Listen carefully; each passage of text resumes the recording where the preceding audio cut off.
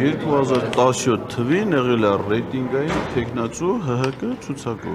Բայց ասում եք կուսակցական չէ։ Դե կուսակցական պարտադիր չալնես, ինքը պատգամավոր տեխնացու է եղել ՀՀԿ-ի ցուցակով ռեյտինգային Վարդան Այվազյանն անտրվել, իհարկե իր հեղինակությունը կամ բարձր չէր էլի։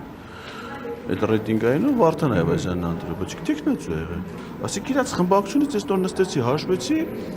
նայեք, Սասուն Միքայելյան, ՀՀԿ խորհրդի անդամ, 2008 թվին ինքն առաջադրեց Սերժ Սարգսյանի տեխնացուն նախագահի պաշտոնում։ Համագումարը իր առաջարկին ընդառաջեց։ Ինքը առաջարկեց, որ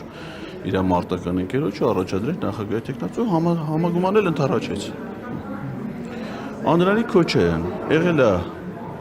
Վազգեն Սարգսյանի օգնականը։ Վազգեն Սարգսյանը հանրապետական կուսակցության պատմության մեջ ամենամեծ դերակատարում ունեցած առաջնորդներից մեկն է։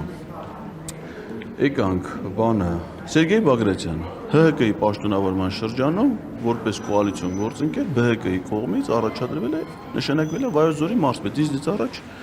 ինքն է եղել։ Կնյազ Համիդիչը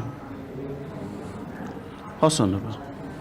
17 թվականին ՀՀԿ համամասնական ցուցակով ընտրվել է ազգային ժողովի պատգամ։ Բանը Ծովինար Վարդանյանը, հայրը Գևորգ Վարդանյան, եղել է պետնախարար,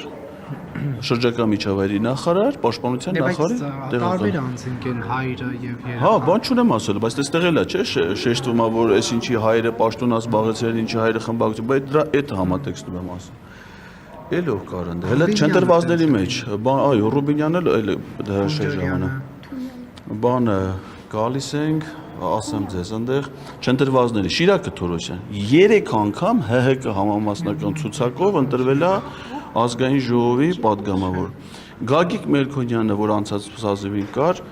պաշտպանության նախարարի տեղակալը նշանակվի երկու գեներալական երկու կոչումներ Ռոբերտ Քոչարյանից է ստացել։ Այսինքն նստած 11% խմբակցության հիմիկ բա։ Ուղիղ կապ ունի։ Վերջը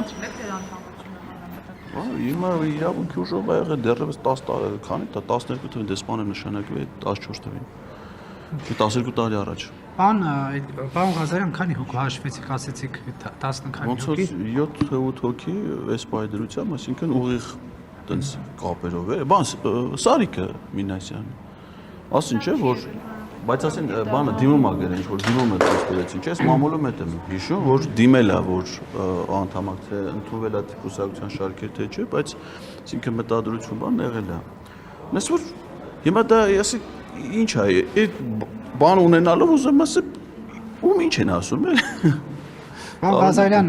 Վիլեն Գաբրելյանը ձեզ հորդորեց իր ելույթների ժամանակ ձեր գլուխը կախել։ Շացում է դարձել։